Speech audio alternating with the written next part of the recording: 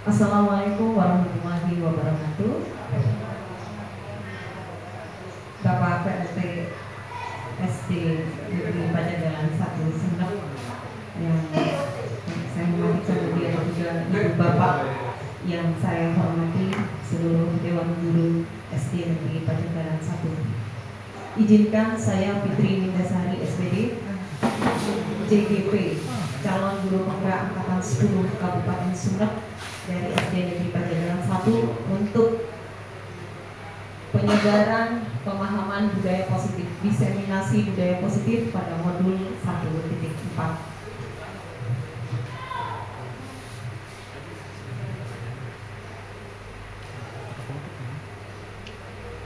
Sebelumnya saya sudah belajar di pendidikan program guru penggerak itu sejak 15 Maret, sekitar sudah 2 bulan. Ini adalah Bapak fasilitator saya, Bapak Abdul Majid Haryadi, kemudian Ibu Analia, pengajar praktik, dan ini saya. Kemudian saya ingin memaparkan sedikit tentang budaya positif. Tujuannya adalah untuk menemukan murid-murid menerapkan budaya positif dan bertanggung jawab atas keyakinan yang dibahas bersama. Menumbuhkan murid-murid yang menerapkan disiplin positif dengan motivasi internal, serta menciptakan suasana pembelajaran yang menyenangkan. Itu adalah tujuan dari budaya positif yang tentu kita idamkan. Berikutnya adalah konsep inti budaya positif. Ini yang sempat saya tadi utarakan di awal, bahwa di budaya positif itu ada 6 pembahasan. Yang pertama adalah perubahan paradigma baru disiplin positif, nilai-nilai kebajikan. Yang kedua, teori motivasi, hukuman, penghargaan, dan restitusi. Saya yakin sudah tidak asing tentang motivasi, hukuman, penghargaan, seperti itu. Kemudian yang ketiga adalah kebutuhan dasar manusia. Yang keempat, keyakinan kelas. Yang kelima adalah restitusi. Yang pertama adalah 5 posisi kontrol, 5 posisi kontrol dulu. Yang keenam adalah restitusi, yaitu segitiga restitusi. Baik, Ibu Bapak, saya mulai untuk yang pertama, yaitu pembelajaran paradigma baru yang merupakan pembahasan yang pertama. Nah, perencanaan pembelajaran dalam pembelajaran paradigma baru itu berdasarkan prinsip yang mempertimbangkan proses perkembangan peserta didik terhadap capaian kompetensi. Nah, pembelajaran berdiferensiasi yang mempertimbangkan kebutuhan dan karakteristik beragam pada peserta didik. Nah, pembelajaran paradigma baru itu mengintegrasikan penerapan profil pelajar Pancasila sebagai acuan kebijakan sistem pendidikan dan 6 kompetensi esensial. Berikutnya kita akan lihat juga bagaimana disiplin positifnya. Disiplin positif itu berarti, sudah ya kita pahami bahwa disiplin itu sering sekali kita dengar itu murid bisa bertanggung jawab terhadap apa yang dilakukan karena mereka mendasarkan tindakan mereka pada nilai-nilai kebajikan universal. Disiplin positif merupakan juga penerapan disiplin dengan tujuan menumbuhkan kesadaran dan memberdayakan murid tanpa adanya imbalan atau penghargaan. Mari Bapak Ibu kita berpikir sejenak. Tadi disebutkan bahwa ada nilai-nilai kebajikan. Sudah pasti kita menginginkan murid kita, anak didik kita memiliki kepribadian yang baik dengan memiliki nilai-nilai kebajikan universal. Saya ingin Bapak Ibu juga ikut berinteraksi. Coba Ibu Bapak sebutkan kebajikan yang seperti apa yang Bapak inginkan dari murid Anda, dari murid Bapak Ibu.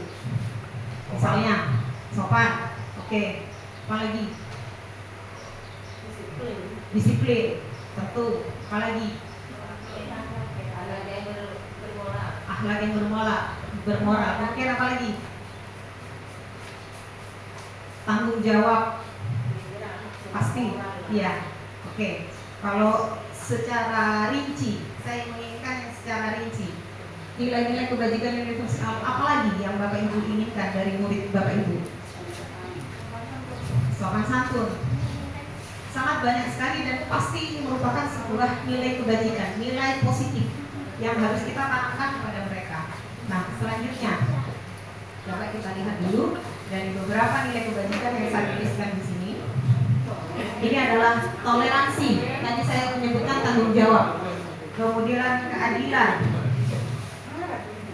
santun, semangat, kejujuran, peduli, komitmen, percaya diri, gotong royong. Nah itu ada disiplin, tegar rasa, rendah hati, jujur. Karena memang kita menginginkan hal-hal baik tersebut sudah tertanam di dalam diri murid kita. Tanggung jawab pasti akan semua tugas-tugasnya, kemudian gotong royong yang juga ditanamkan kepada siswa, disiplin. Inilah dari inti yang akan kita bahaskan untuk saat ini. Kemudian ini menginjak ke materi yang kedua, karena tadi ada sebenarnya ada nama materi. Yang B itu tentang teori motivasi, hukuman, penghargaan, dan restitusi. Kalau motivasi sudah pasti Bapak Ibu sudah tidak asing, karena motivasi yang tumbuh dari dalam diri sendiri, intrinsiknya anak. Kemudian motivasi yang kita berikan, motivasi ekstrinsik ya dari luar yang bisa kita tanamkan, kita berikan kepada siswa untuk lebih giat dan seterusnya. Nah, kalau hukuman, secara tidak langsung kita itu kadang-kadang sudah pernah melakukan hukuman seperti itu. Hukuman itu sebenarnya tidak terencana, kadang-kadang tiba-tiba karena terjadi sebuah pelanggaran bersifat satu arah, karena kita yang menentukan sebagai guru, kadang kita menentukan hukuman tersebut searah tanpa murid itu dilibatkan dan lain sebagainya. Ya, biasanya berupa hukuman fisik, ada juga berupa hukuman psikis. Ya, biasanya hukuman seperti itu yang kadang kita tidak terasa secara tidak sadar melakukannya.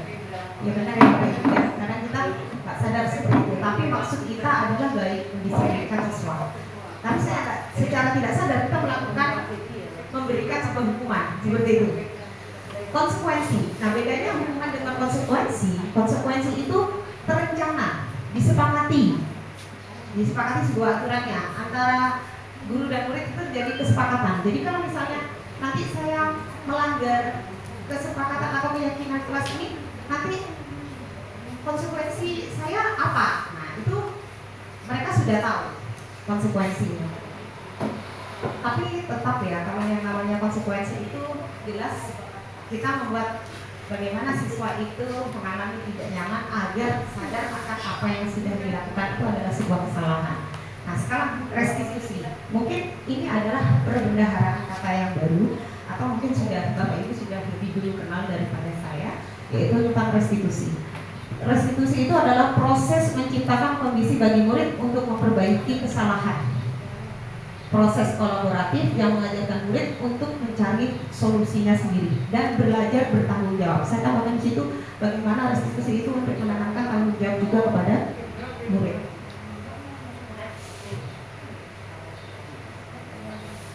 Mari Bapak Ibu, kita sharing lagi. Mencatat 100 kali di dalam buku kalimat. Saya tidak akan terlambat lagi karena terlambat datang ke sekolah. Ini merupakan konsekuensi atau hukuman. Hukuman. Kita save dulu ya Bapak Ibu ya. Kemudian yang kedua, lari mengelilingi lapangan basket 2 kali karena terlambat hadir ke sekolah. Konsekuensi atau hukuman? Hukuman, oke. Baik. Berarti sudah tadi kena ya. Kalau hukuman itu adalah biasanya melibatkan fisik. Berarti itu kan? Berarti ini sudah jelas. Memang yang nomor 2, lari mengelilingi lapangan basket 2 kali karena terlambat hadir di sekolah. Sudah pasti itu hukuman. Oke. Berarti sudah mulai bisa dipahami apa yang sudah saya sampaikan walaupun 10 menit tadi ya. Kemudian murid diminta untuk push up 15 kali karena tidak mengenakan masker ke sekolah. Jelas hukuman. Kemudian menggantikan kertas tugas teman yang telah dicoret-coret. Konsekuensi. Alhamdulillah hebat semua Bapak Ibu guru yang ada di sini. Membersihkan tumpahan air di meja tulis karena tersenggol pada saat belajar. Konsekuensi karena sudah disepakati. Baik. Luar biasa ini, saya senang sekali. Murid disuruh untuk mengenakan sepatu seharian di sekolah. Murid disuruh untuk tidak ya, harusnya ya, untuk tidak mengenakan sepatu seharian di sekolah karena tidak mengenakan sepatu hitam. hukuman. Baik, mohon maaf ini typo sedikit ya. Harusnya tidak, murid disuruh tidak mengenakan sepatu sore. Kadang memang ada sekolah yang menerapkan bahwa keyakinan sekolahnya itu harus menggunakan sepatu hitam, dan itu sepertinya di sini sudah mulai ada warna-warni yang lain, warna-warna yang lain. Oke, hukuman luar biasa. Lari mengelilingi lapangan basket 2 kali karena terlambat 10 menit untuk pelajaran PJOK. Hukuman. Adakah yang konsekuensi? Karena yang pasti untuk pelajaran PJOK, kalau dia sudah terlambat datang ke sekolah. Benar ya Bapak Ibu? Sepagi-paginya pelajaran PJOK itu kan masih lebih pagi jam masuk sekolah. Ya benar ya Bapak Ibu ya. Nah, ini konsekuensi dan hukuman bisa. Yang di akhir ini adalah sebuah konsekuensi, karena ini adalah kesepakatan dengan atau keyakinan yang sudah dibangun dengan guru PJOK. Kalau datang terlambat pada pelajaran PJOK, maka kalian harus panen. Sehingga lari mengelilingi lapangan basket 2 kali karena terlambat 10 menit karena pelajaran PJOK sudah terjadi keyakinan, sudah terjadi kesepakatan, maka di situ sebuah konsekuensi. Baik, selanjutnya kebutuhan dasar manusia, ini bagian yang C, karena tadi ada 6 bagian, ini adalah bagian yang ketiga. 5 kebutuhan dasar manusia.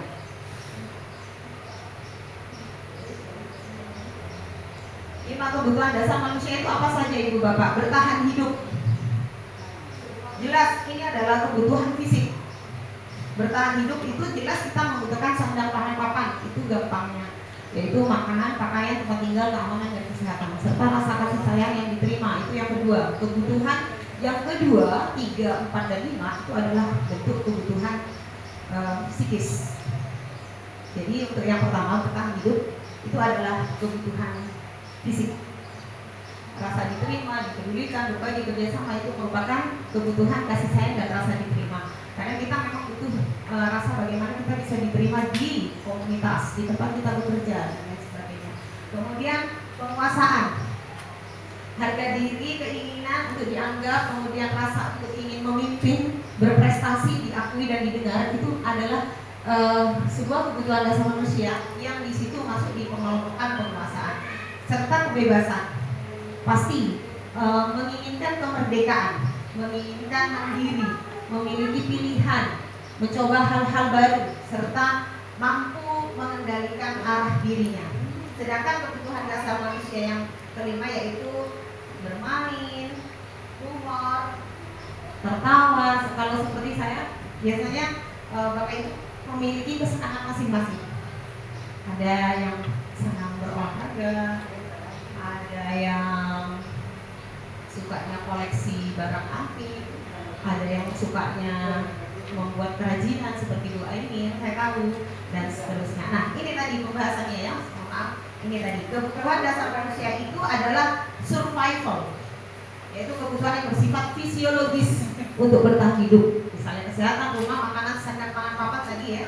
Kebutuhan biologis sebagai bagian dari proses reproduksi juga termasuk untuk tetap bertahan hidup. Ini kebutuhan rasa sayang dan rasa diterima. Kebutuhan untuk diterima, ini penjelasannya yang sudah saya jelaskan tadi. Kebutuhan ini dan 3 kebutuhan berikutnya adalah kebutuhan psikologis. Kebutuhan untuk disayangi, diterima, dicintai, koneksi sosial, dicintai. Kebutuhan dasar manusia yang ketiga tadi penguasaan, sudah juga saya sampaikan sebelumnya penjelasannya. Berhubungan dengan kekuatan untuk mencapai sesuatu, untuk menjadi kompeten, terampil, diakui atas prestasi dan keterampilan kita, didengar dan memiliki rasa harga diri. Kemudian kita lanjutkan lagi kebutuhan dasar manusia yang keempat yaitu kebebasan, kemerdekaan, tentang kebutuhan akan pilihan, kebutuhan untuk bebas, kebutuhan untuk mandiri, otonomi, memiliki pilihan dan mampu mengendalikan arah hidup seseorang.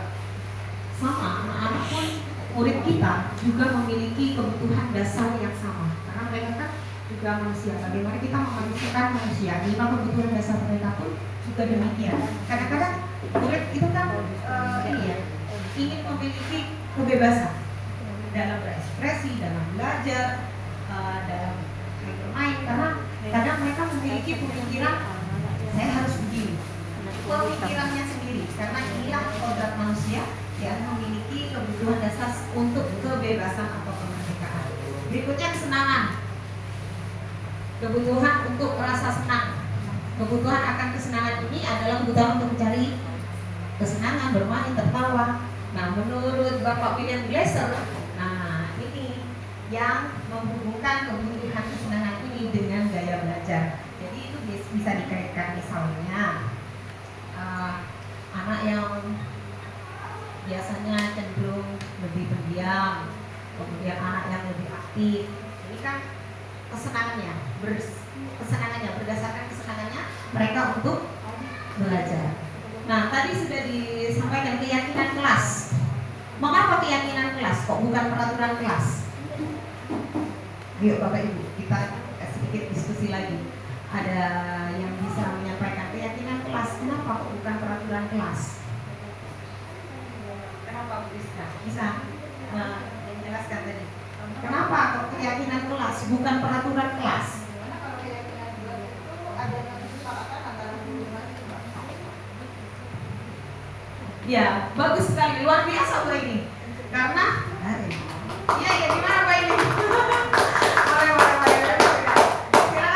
Silakan Pak ini. Mengapa keyakinan kelas kok bukan peraturan kelas? Kalau keyakinan kelas menurut saya itu adanya kesepakatan antara wali kelas atau guru dengan siswa. Sedangkan peraturan yang memang harus dipenuhi memang sudah baku dan tidak bisa diotak-atik. Tidak adanya kesepakatan. Memang harus itu yang harus dipenuhi oleh siswa. Baik, luar biasa. Hebat. Berarti sudah apa yang tadi sudah dijelaskan, walaupun sebelumnya Bapak Ibu sudah banyak memahaminya ya. Silakan Pak. Kita lebih santai saja. Boleh langsung bertanya, silakan. Ya, terima kasih. Hanya menambahi saja yang disampaikan oleh Bu Ani tadi, bahwasanya kita di saat zamannya mengubah kata.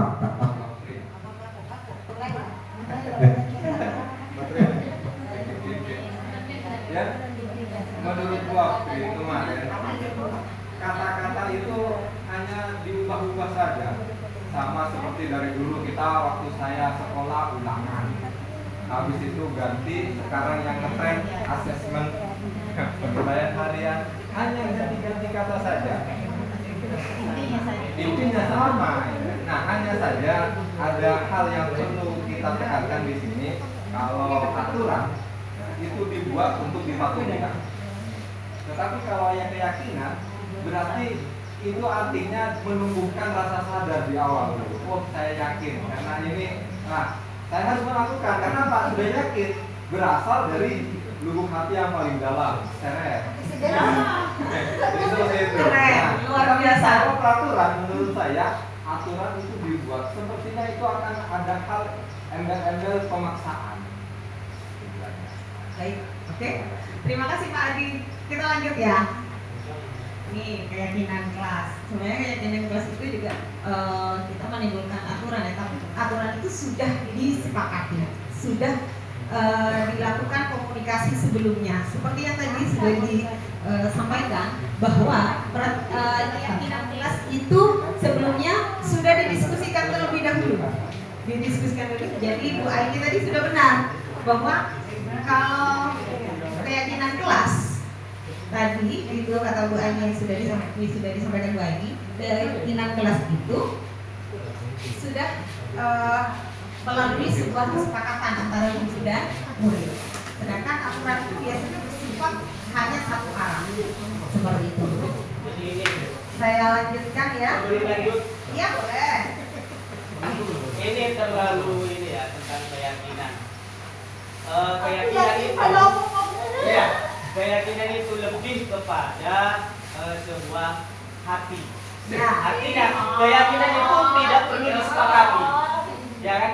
Keyakinan itu tidak perlu disepakati. Contohnya keyakinan terhadap Tuhan yang Maha Esa. Ya kan? Ada Kristen, Hindu, Buddha. Itu tidak perlu ada kesepakatan.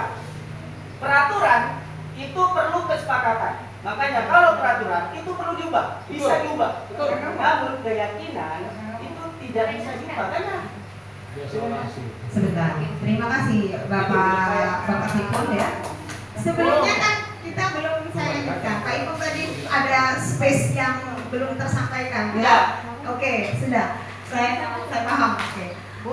Untuk beda kalau keyakinan kepada Tuhan yang Maha Esa. Iya Bu.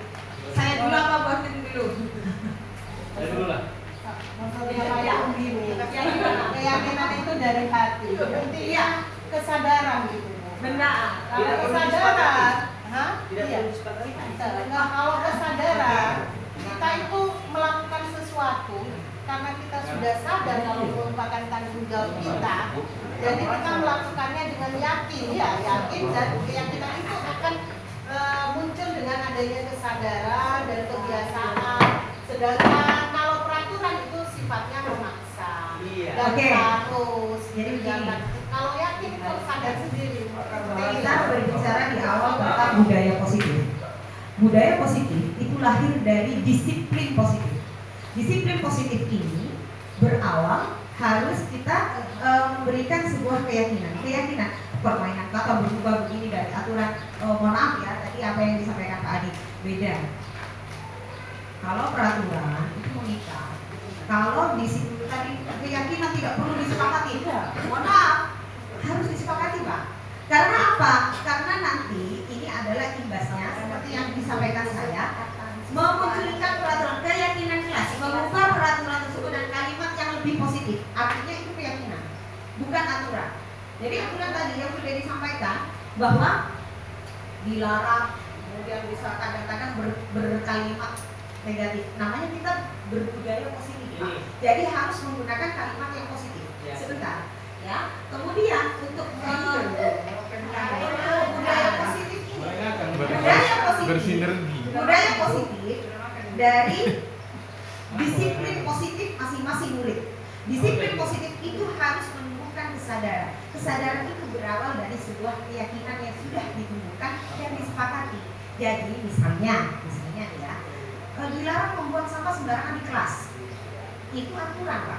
Tapi kalau keyakinan kelas, menjaga kebersihan kelas. Jadi kalimatnya dibuat positif sehingga mindset kita itu berbeda ke arah yang positif. Oke? Ini Bu. Saya Sebentar. Itu sih. Kapan ya? Belum. Maksudnya ini jangan sampai. Saya ini selanjutnya ini loh. Ini. Ini yang mungkin Bapak Ibu tanyakan.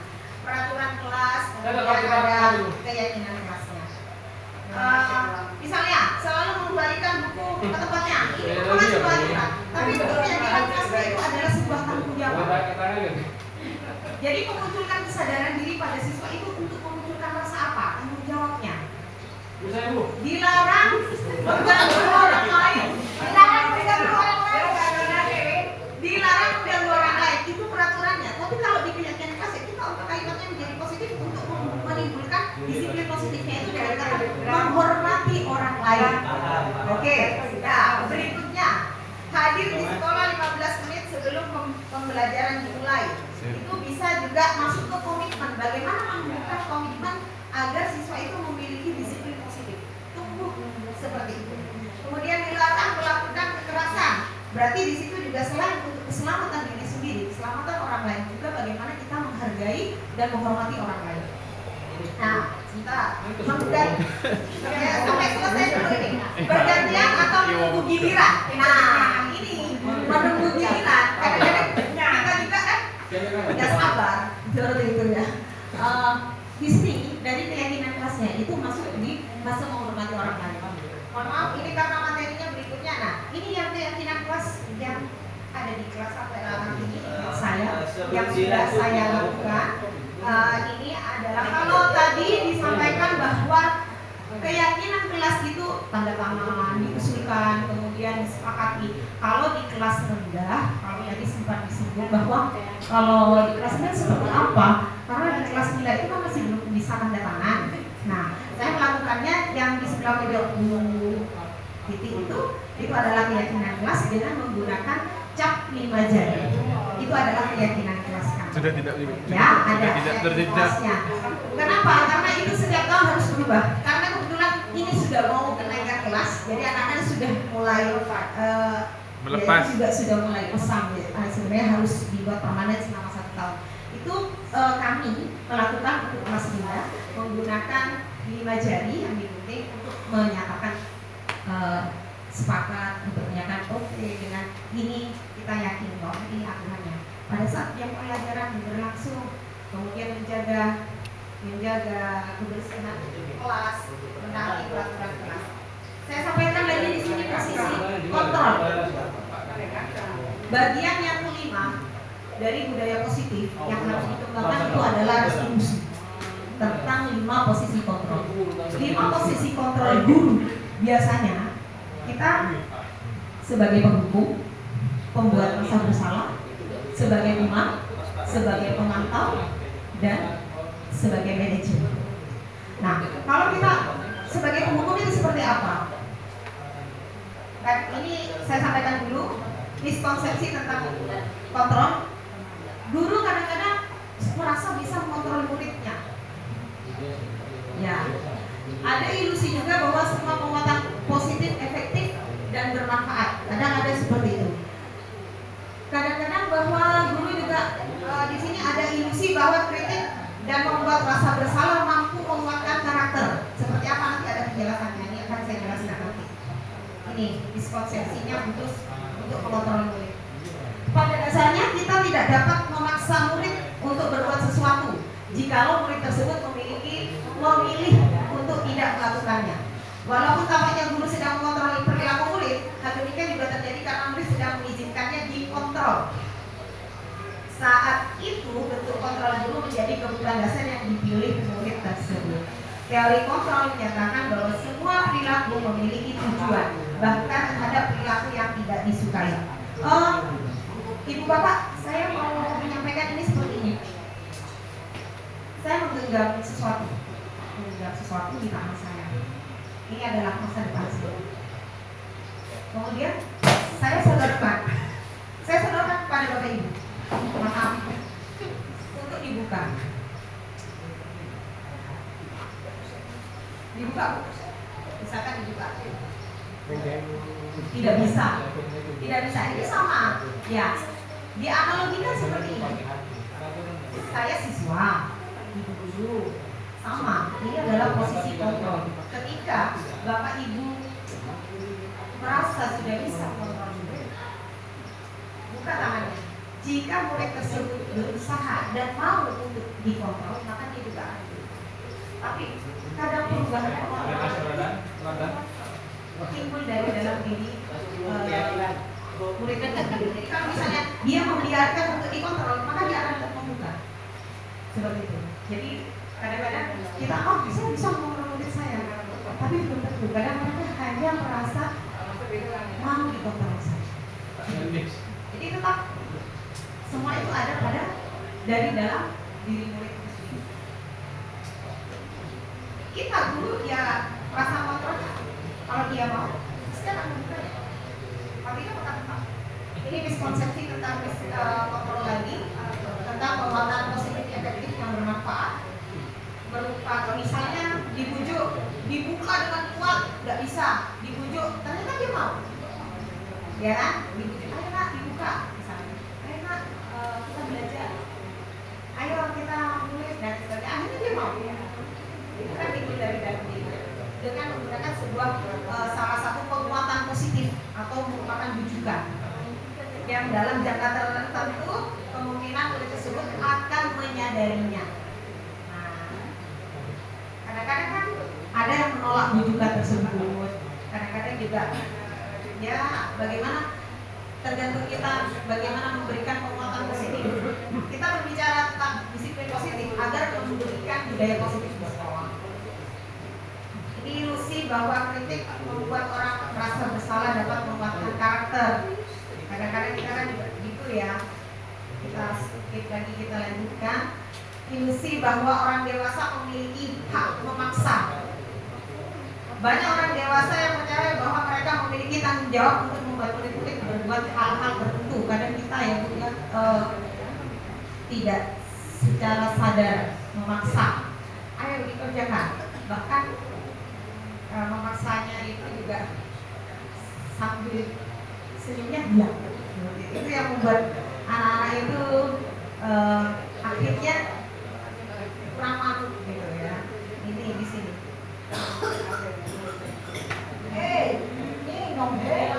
Minum dulu Bu, tidak terlalu formal.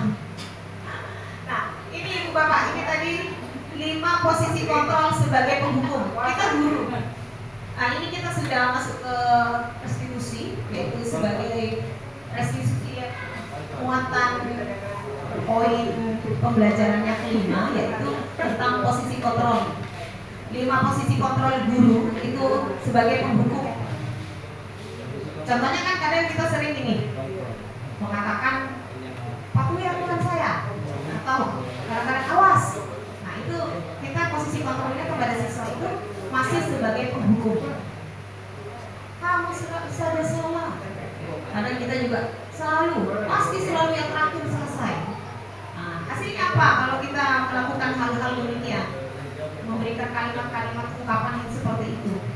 Kemungkinan murid juga akan marah, mendendam, bersifat agresif. Malah kadang-kadang tamboy enggak kalau di Madura itu seperti itu, biasanya begitu. Lebih buruknya lagi, biasanya dia akan melakukan hal-hal yang kurang baik seperti itu. 5 posisi kontrol yang kedua yaitu membuat rasa bersalah. Ibu sangat kecewa sekali sama kamu. Kadang kita pernah mengatakan ini, tapi kita nggak tahu ini sebenarnya kalimat yang seperti apa. Gitu. Ini maksud gimana? Ternyata saya pun kadang juga demikian. Kamu tidak kasih sama Bu Fitri. Seperti apa? Membuat ibu sangat kecewa sekali sama kamu. Berapa kali ibu harus memberitahu kamu? Gimana coba? Kalau orang tua kamu tahu seperti ini dan lain sebagainya. Nah itu murid akan merasa dirinya itu sadar bahwa iya ya saya salah seperti itu. Bersalah telah mengecewakan ibu guru atau bapak ibu gurunya. Murid akan merasa menjadi orang yang gagal atau tidak sanggup membahagiakan orang lain. Itu salah satunya. Nah ini 5 posisi kontrol sebagai teman. Kalau ada seorang murid melakukan sebuah kesalahan, pelanggaran, karena kita ngomongnya kayak gini, memposisikan diri sebagai temannya dia. Ayo, bantulah ibu, ibu ya. Ayo, ingat tidak bantuan selama ini misalnya. Ya sudah, kali ini tidak apa-apa. Nanti ibu bantu bereskan. Misalnya ada anak datang terlambat ke sekolah. Kebetulan ibu bapak sudah tiket. Kemudian mempersilakan masuk wisuda. Untuk kali ini saja ya ibu bantu seperti itu. Nah ini biasanya murid akan merasa senang, merasa akrab. Ini biasanya dialami ya, saya nggak nyebut nama ya. Biasanya ada yang sebut saja itu di belakang memposisikan diri sebagai teman murid. Jadi biasanya siswa akan senang, siswa akan akrab dengan guru tersebut. Itu termasuk dampak yang positif. Hanya saja ada sisi negatifnya juga. Jadi murid itu akan tergantung pada guru tersebut. Bila ada masalah, dia merasa bisa mengandalkan guru tersebut untuk membantunya. Itu adalah salah satu sisi negatif kalau kita terlalu sering untuk memposisikan diri sebagai temannya. Apa ya? Kadang-kadang dianggap enteng lah, dianggap nggak apa-apa. Nanti kalau guru itu nggak masalah. Ini tidak juga didukung, malah dibantu. Nah, posisi kontrol yang keempat itu adalah guru sebagai pemantau. Peraturannya apa? Biasanya kalau misalnya siswa melakukan kesalahan, pasti dia akan nanya, peraturannya apa? Apa yang telah kamu lakukan? Sanksinya apa? Seperti itu.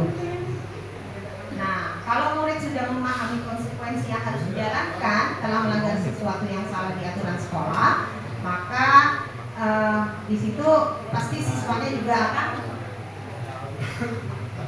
menyadari kesalahannya. Dan yang terakhir ini adalah 5 posisi kontrol guru sebagai manajer. Apa yang kita yakini? Kembalikan ke keyakinan kelas. Jadi mengingatkan kembali keyakinan kelasnya. Apakah kamu meyakininya?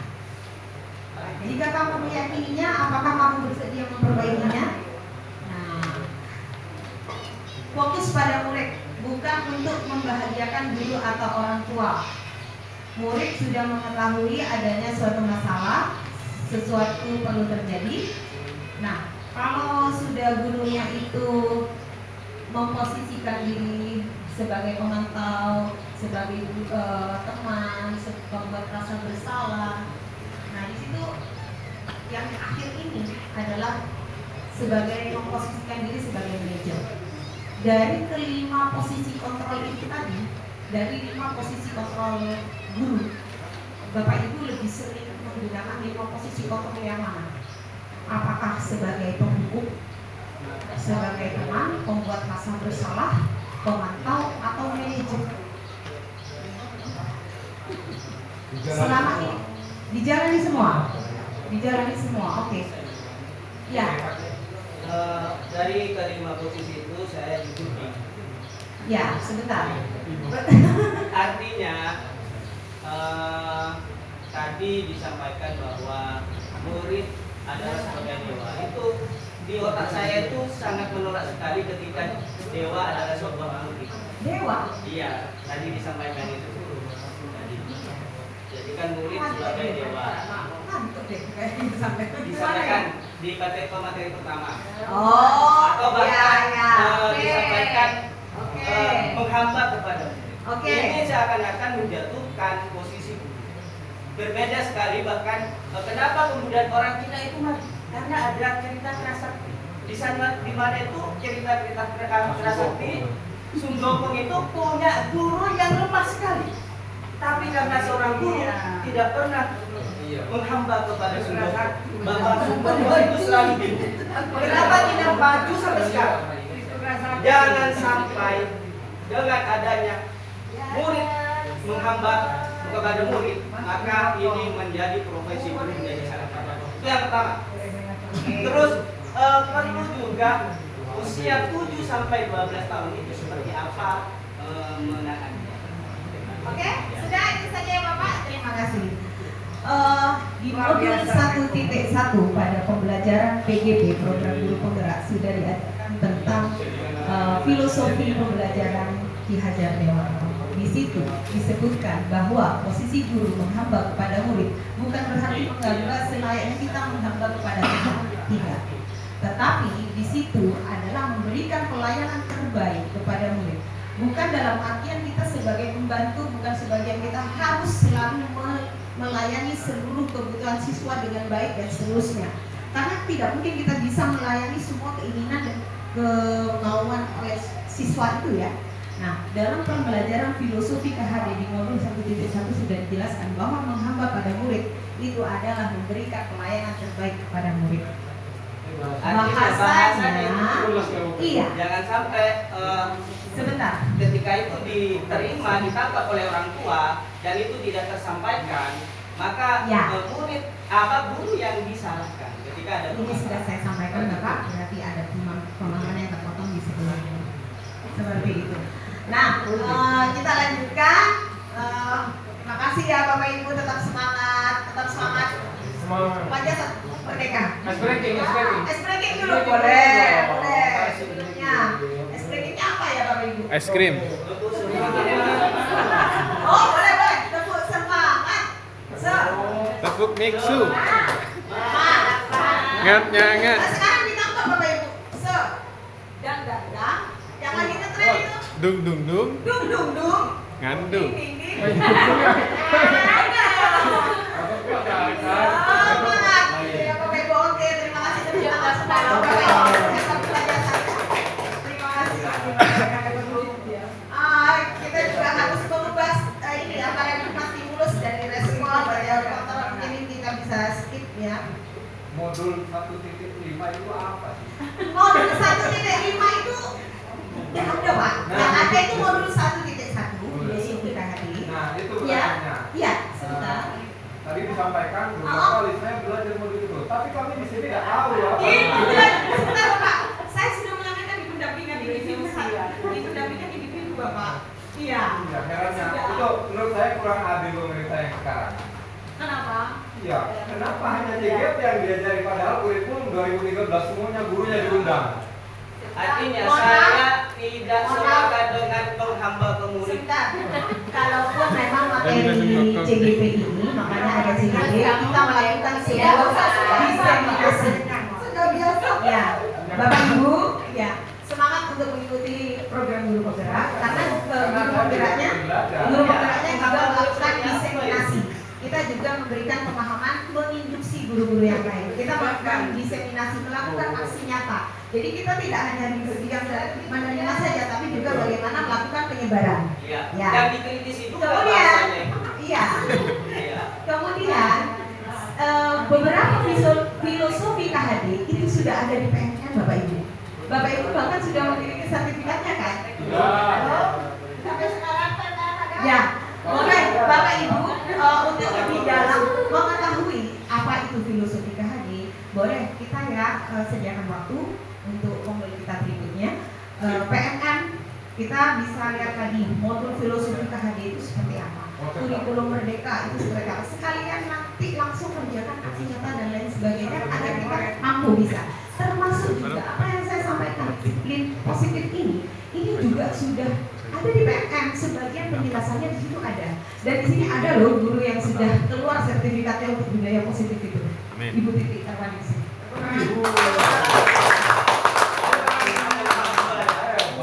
Saya tahu itu. Instruksi. Bentar Bapak, ya.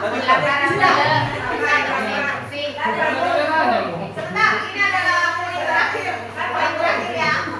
Jadi tadi kan ada 6. Jadi ada 6 dari budaya positif. Budaya positif di sekolah. Ini yang ke-6 tentang restitusi, yaitu segitiga restitusi. Apa itu restitusi? Nah, ya, segitiga restitusi Bapak. Tadi restitusi merupakan proses menciptakan kondisi bagi murid untuk memperbaiki kesalahan mereka sehingga mereka bisa kembali pada kelompok mereka dengan karakter yang lebih kuat. Di sini ada sebuah segitiga restitusi karena ada 3 langkah yang harus dilakukan. Jadi kalau misalnya kita menemukan siswa, menemukan murid kita melakukan sebuah kesalahan, pelanggaran atas keyakinan, nah itu kita bisa yang terlebih dahulu adalah melakukan pendekatan dulu, kemudian kita melakukan segitiga restitusi. Nah di sini ada ini yang harus kita lakukan. Yang pertama yaitu ini yang besar ya, segitiganya.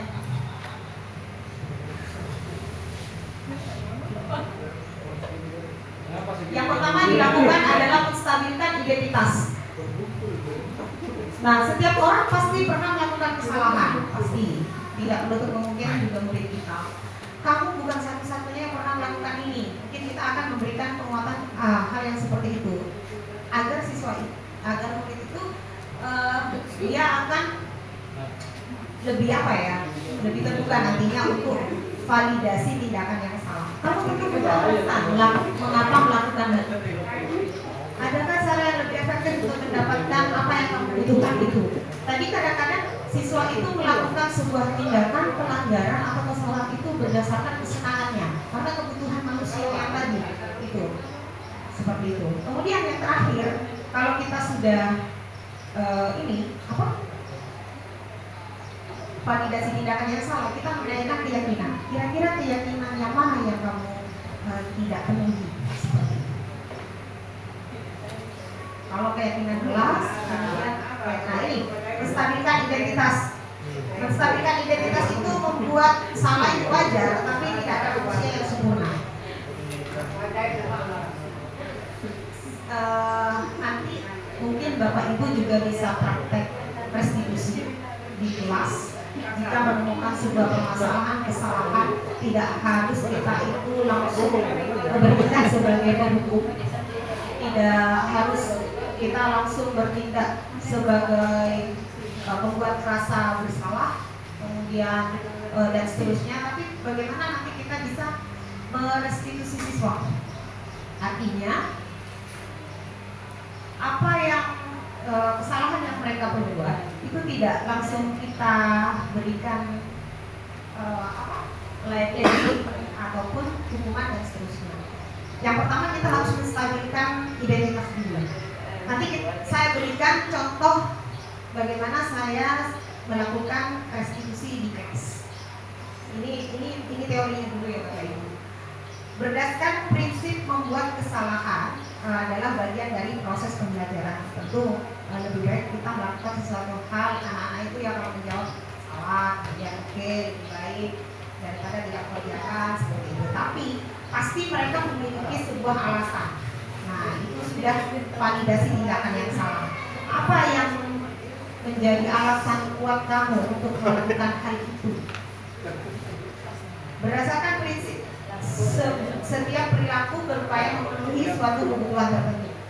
Kamu pasti punya alasan melakukan itu, padahal kamu bisa melakukannya lebih baik, atau kamu bisa melakukannya jika bisa menahan hal tersebut.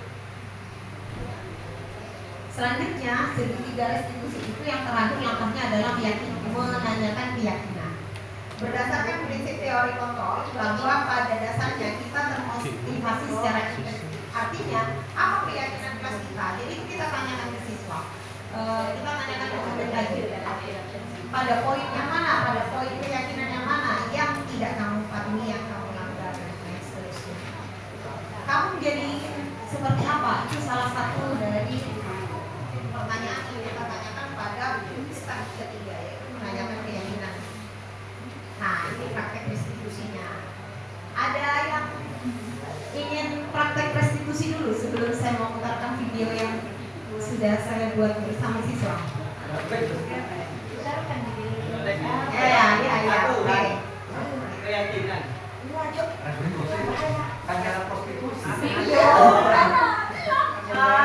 Ini saya melakukan praktek restitusi dengan Raisa. Sebenarnya tadi pagi ini pengalaman yang benar-benar masih fresh sekali. Tadi pagi ada anak kelas 2, ini saya kelas 1 Iya. Itu ada yang menangis, saya tanyakan, ini kenapa? Nah disitulah benar-benar saya langsung melakukan restitusi pada siswa yang sedang sedikit berseteru. Saya melihat ada seorang anak menangis karena diolok-olok oleh kakak kelasnya dan seterusnya, dan sampai ke langkah tanggung jawab dan seterusnya. Cuman tadi perekamannya hanya sebagian. Tadi yang tadi pagi, yang benar-benar tadi pagi. Kalau yang ini praktek restitusi Raisa. Raisa ini adalah salah satu murid saya di kelas 1 Arab ini. Dia tuh sering ngajak ngobrol temannya, sering ngobrol saat pembelajaran. Jadi sebenarnya restitusi itu kesalahan tidak harus anak itu, murid itu bertengkar, tidak mengeker. Mungkin hal-hal yang dianggap di situ sedikit memberikan hambatan pada pembelajaran itu bisa kita jadikan untuk sebuah tindakan restitusi.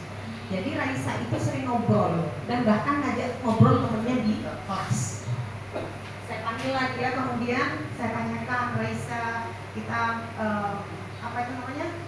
saya stabilkan dulu identitas, kemudian validasi tindakan yang salah, tindakan apa, bagaimana, apakah Raisa itu sudah benar dan seterusnya. Nanti kita keyakinan kelas yang mana yang kamu langgar, seperti itu. Keyakinan kelas mana yang belum bisa kamu yakini, belum bisa kamu lakukan, seperti itu. Ini praktek restitusi yang pertama saya bersama Raisa. Nanti saya putarkan videonya. Nah, yang jemput itu lah saya bully. Iya. Yang membuli temannya itu gimana? Yang mana? Restitusinya apa ya? Boleh. Iya, Bu. Itu nanti bisa gitu. Bullying. Iya, bullying. No bully Yes, pelajaran Pancasila. Kebetulan alhamdulillah kemarin saya sempat nulis bareng dengan Kak Seto tentang bullying. Alhamdulillah di situ ada satu ilmu baru yang juga connect dengan apa yang saya sampaikan di sini dengan segitiga restitusi. Untuk restitusi yang itu sudah saya lakukan, sudah saya tangani. Hanya saja perekamannya kurang sempurna. Jadi ada 2 siswa waktu itu yang sedang saling bully. Jadi mereka saling bully. Nah di situ saya tanyakan dulu.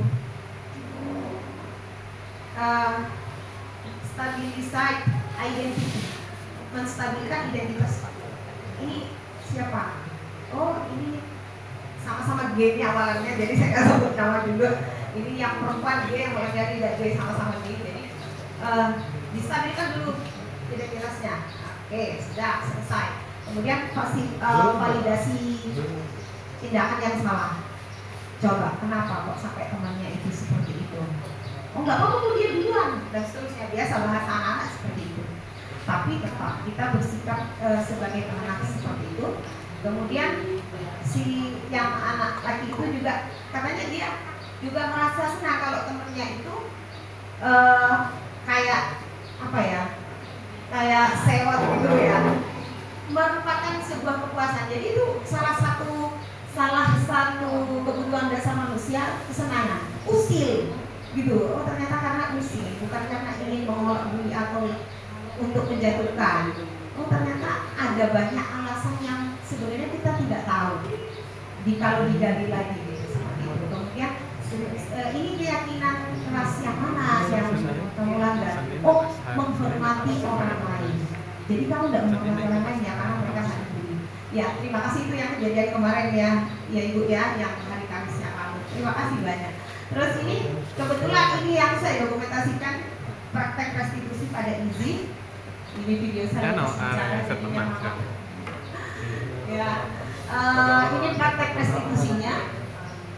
Izzy ini sering makan-makan di kelas. Sebenarnya dia tidak melakukan kesalahan ke temannya, tidak, tapi dia kan akhirnya mengganggu konsentrasi temannya juga.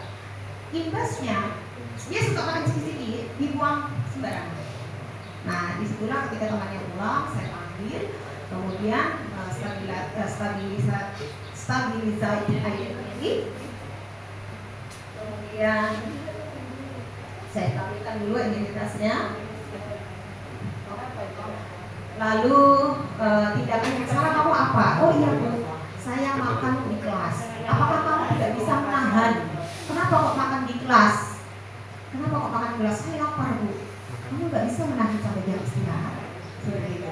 Jadi kita memang memberikan pertanyaan yang di situ membuat anak merasa mengeluarkan apa yang menjadi penyebab benar-benar dia melakukan sebuah kesalahan itu. Hingga akhirnya nanti dia bisa, oh iya saya tidak melakukan keyakinan kelas, saya melanggar keyakinan kelas pada poin menjaga kebersihan. Saya membuang sampah sembarangan nih, berarti anak itu si Izzy melanggar pada tidak melakukan keyakinan kelas di poin menjaga kebersihan. Saya putarkan dulu ya Bapak Ibu. Ya. Ya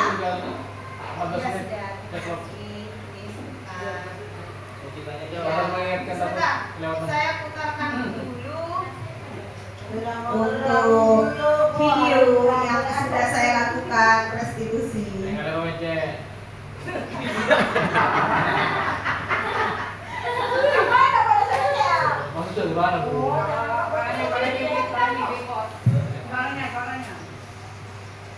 Bisa di Icuk tadi tuh. ada lubangnya. Coba Bang.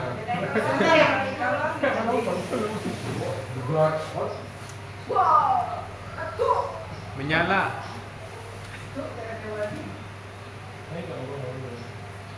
Ada lubang apa?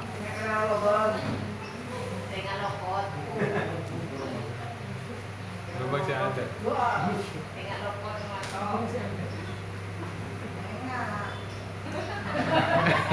Hati-hati, Good.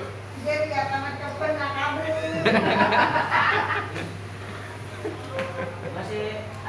masih. Bukan, ini Raisa. Direhabilitasi ya. Apa gimana? Restitusi. Ini restitusi yang saya lakukan untuk Raisa. Karena Raisa itu, mohon maaf kalau Ibu kalau suaranya kurang jelas. Karena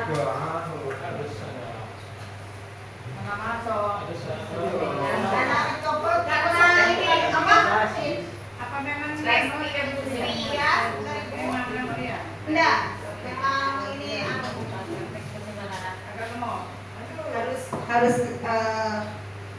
jadi mulai dari menstabilkan identitas, stabilitas identity, kemudian validasi tindakan yang salah, hingga akhirnya yang terakhir adalah langkah dan sedikit restitusi itu adalah menanyakan keyakinan. Ada bayi nah. Masih belum terdengar ya Bapak Ibu? Sudah saya yakin sudah. Dalam hati. Keyakinan. Sudah yakin pasti, bukan pasti.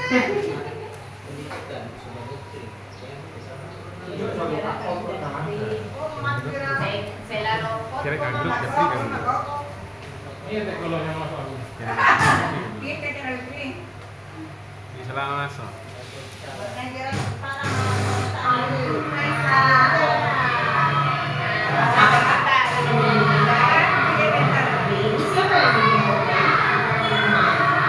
Raisa tahu kenapa ibu mengambil Raisa?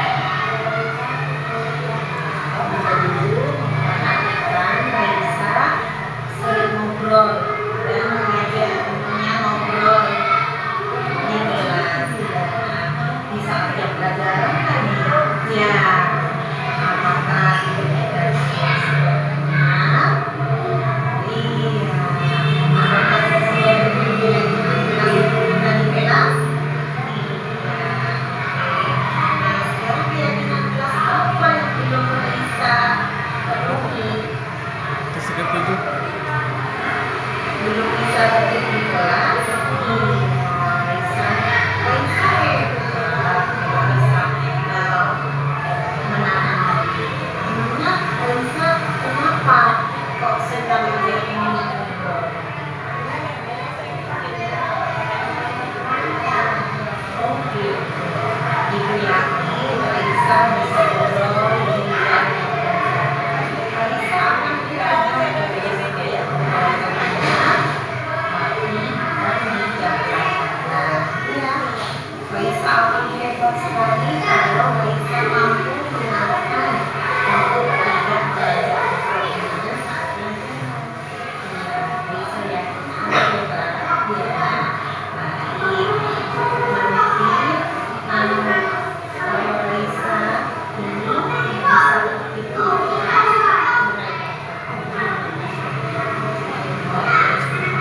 hilang dari sekian yang nanti di kelas.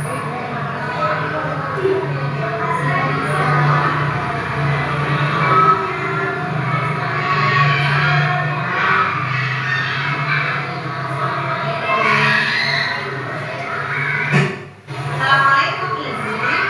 Ini adalah restitusi saya yang kedua bersama Izi. Dia adalah murid kelas 1 RKP yang dia ini melakukan makan di dalam kelas saat jam pelajaran. Ternyata ada alasannya juga. Ya, saya katakan kayak ibu bapak. Apa kabar hari ini? Hai, Izi. Siapa yang masak tadi pagi? Mama. Izi tahu kenapa ibu kita masukin ke sini? Tahu. Izi tahu ibu sering loh memperhatikan Izi makan di kelas. Benar ya? Mama sudah Masa kena kagrut.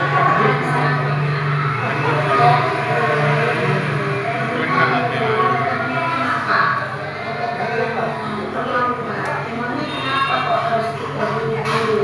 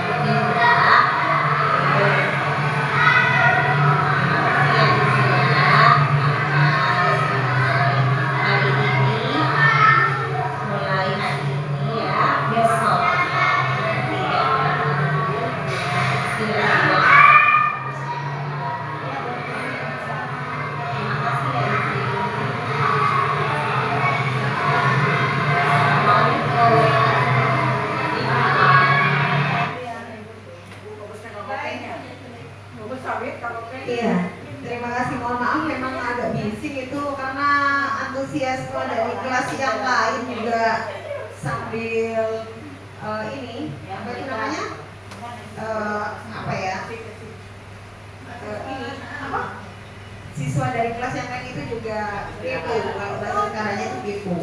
Ini kenapa? Kok ada apa? Itu tadi yang bisa saya sampaikan dari restitusi 5 posisi kontrol guru. Tadi saya juga sudah melakukan praktik restitusi pada 2 murid saya. Di situ kira-kira dari 5 posisi kontrol sebaiknya kita memposisikan diri sebagai apa? Apakah sebagai pembentuk, teman, pembuat rasa bersalah, atau pemantau, ataukah manajer? Sebagai teman tentu ada sisi positif dan sisi negatifnya. Nah, untuk di sini setelah restitusi tadi dari potongan dari video yang saya buat tadi, saya sudah memposisikan diri sebagai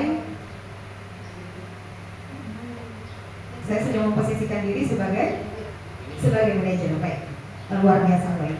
Saya sudah memposisikan diri di situ, coba memposisikan sebagai manajer karena sudah memberikan tanggung jawab, tanggung jawab untuk bagaimana anak itu bisa berubah.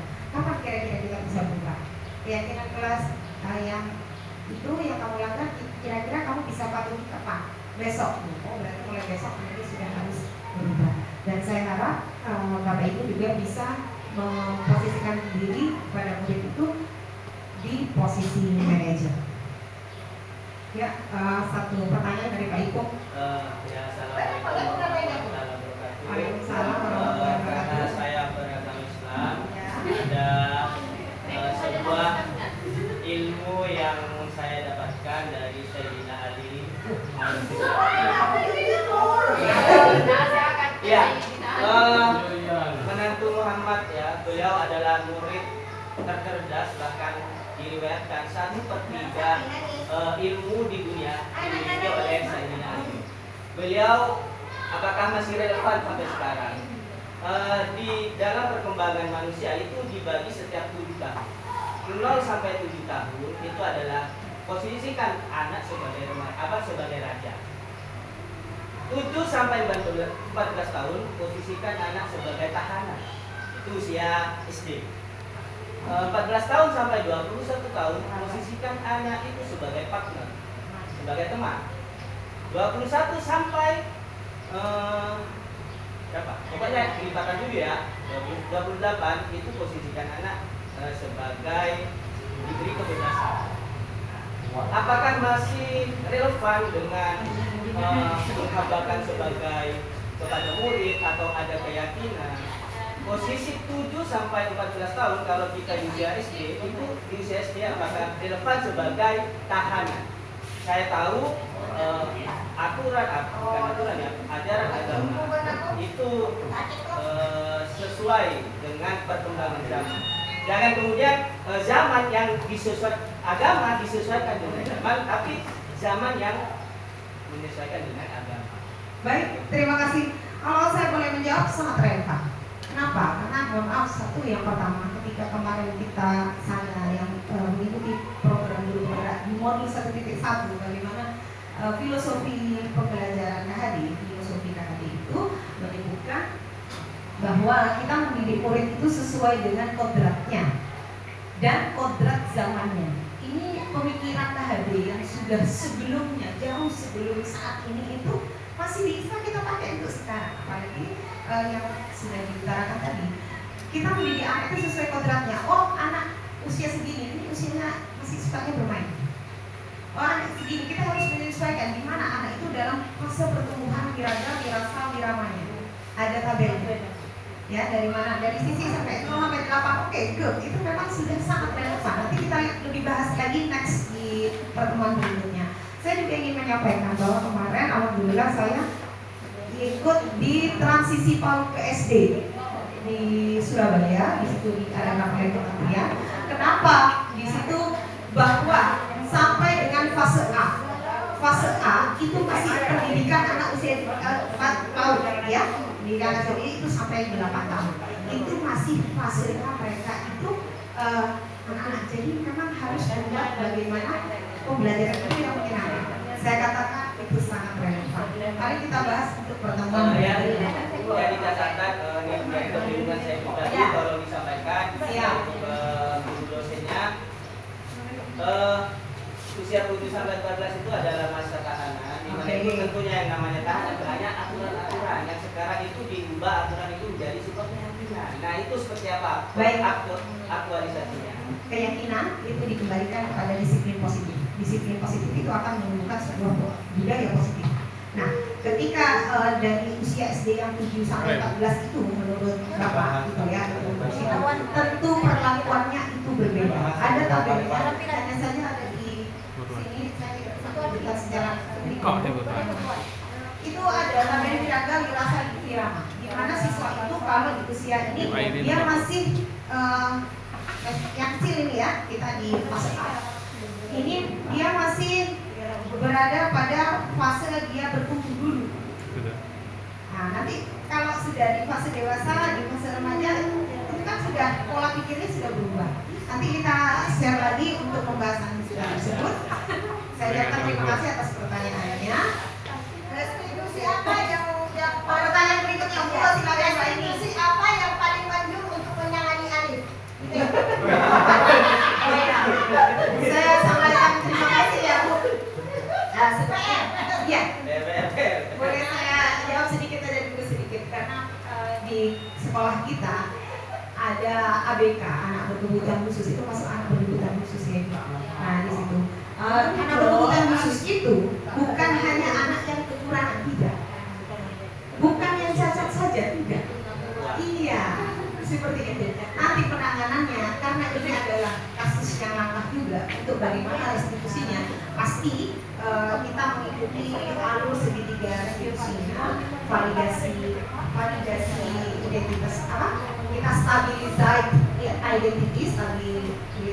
identitas, kemudian validasi tindakan yang salah, kemudian menanyakan keyakinan. Insya Allah dibarengi dengan doa juga.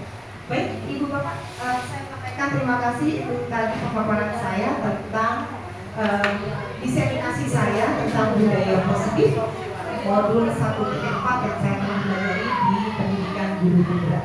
Terima kasih banyak atas atensi juga dukungan ibu bapak semuanya, dan mudah-mudahan berikutnya di hari-hari berikutnya kita bisa bersama-sama mengimplementasikan budaya positif ini di sekolah kita. Bagaimana kita bisa melahirkan disiplin positif anak dan kemudian menjadikan budaya positif dimiliki oleh sekolah ini. Baik, akhirnya saya Putri Medasari CGB Angkatan 10 Kabupaten Sumbar dari SMA di Pelajaran 1. Aturkan terima kasih. Wassalamualaikum warahmatullahi wabarakatuh. Waalaikumsalam warahmatullahi wabarakatuh. Salam ibu penggerak. Tergerak, bergerak, dan menggerak. Digerak-gerakkan. Alhamdulillah.